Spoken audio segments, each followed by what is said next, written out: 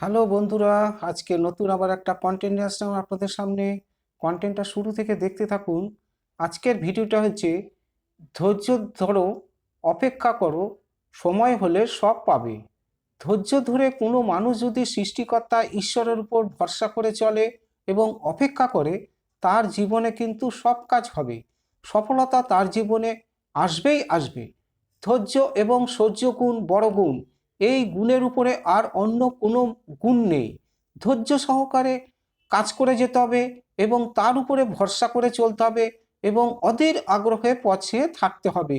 যেরকম পূব দিকে সূর্য ওঠে, পশ্চিম দিকে অস্ত ডোবে, ঠিক তেমনি আমাদের প্রতি প্রভু কখন উদয় হবে, কখন আমার কাজে সফলতা অর্জন করতে পারবো, প্রভু কখন আমাকে সাহায্য করবে, সেই রকম পথ চেয়ে বসে থাকতে হবে স্বর্গের ঈশ্বরের উপরে। কারণ উনি কিন্তু বিশ্বপিতা, বিশ্ব ব্রহ্মাণ্ড সৃষ্টি করেছেন, পৃথিবী সৃষ্টি করেছেন, মানুষ সৃষ্টি করেছেন। তার দেওয়া আত্মা আমাদের শরীরে আছে। সুতরাং আমরা কি খাবো, কি পরবো, কি কর্ম করব, কোথায় যাব, কি বস্ত্র পরিধান করব, প্রভু কহেন তোমরা শুধু তার উপরে অপেক্ষা করো, ভরসা রাখো। বিশ্বাস এবং ভরসা রেখে প্রভুর উপরে যদি কেউ কেউ চলতে থাকে, তার জীবনে কিন্তু সফলতা আসবেই আসবে। নিষ্ফল কখনো সে পাবেই না। মানে 100% তার জীবনে সফলতা অর্জন হবে।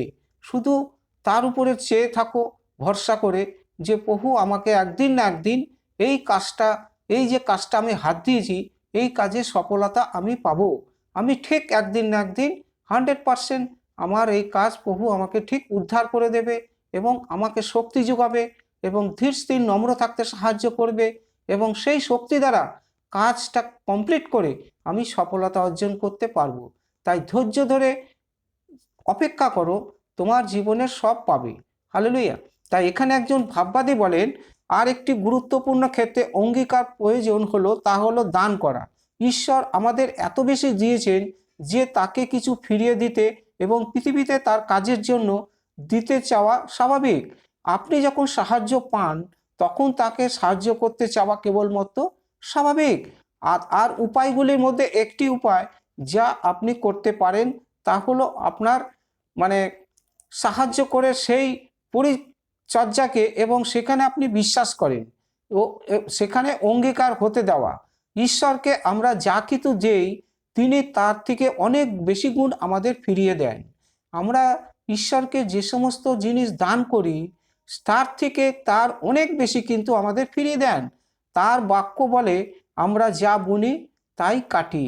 আমরা কিন্তু কর্মক্ষেত্রে যতটা কাজ করি, ঠিক ততটাই কিন্তু আমরা সফলতা পাই।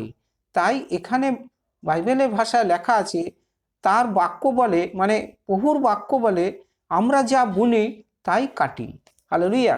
তা আমরা এই হাত দিয়ে, ডান হাত দিয়ে যে কর্ম করব, সেই ঠিক ততটাই কিন্তু আমরা ফল হাতে হাতে পাবো। তাই প্রভু কহেন, তোমার স্বহস্তের কর্মের ফল তুমি নিজের হাতেই পাবা। শুধু বিশ্বাস এবং ভরসা রেখে চলো। আর জীবনে কখনো কোনো দিন সংসারের চিন্তা, ধনের চিন্তা এবং সুখের জন্য লালায়িত হইও না। কেননা কোনোটাই এই জগৎ থেকে আসে না। যা কিছু আসে সব স্বর্গ থেকে। স্বর্গের সৃষ্টিকর্তা ঈশ্বরের উপরে ভরসা রাখো, বিশ্বাস রাখো এবং তুমি চাইতে থাকো, একদিন না একদিন তোমার জীবনে সফলতা আসবেই। সেদিন তুমি বুঝতে পারবে সৃষ্টিকর্তা ঈশ্বর মানে স্বয়ং প্রভু কি জিনিস। প্রভু হলো সমস্ত কাজ মিরাক্কেল করে। কাউকে ক্যান্সার থেকে ভালো করে দিচ্ছে, কাউকে মানে চাকরি পাচ্ছে না, এমন এক কম্পিটিশনে পরীক্ষা দিল, সে হঠাৎ সেই চাকরিটা তার ভাগ্যে লেগে গেল। শক্তি যোগায় কিন্তু ঈশ্বর। আমরা খালি প্রভুর উপরে ভরসা করে চলবো এবং কর্মক্ষেত্রে কিন্তু ঠিক সফলতা অর্জন করতে পারবোই পারবো। প্রভুই একমাত্র পথ।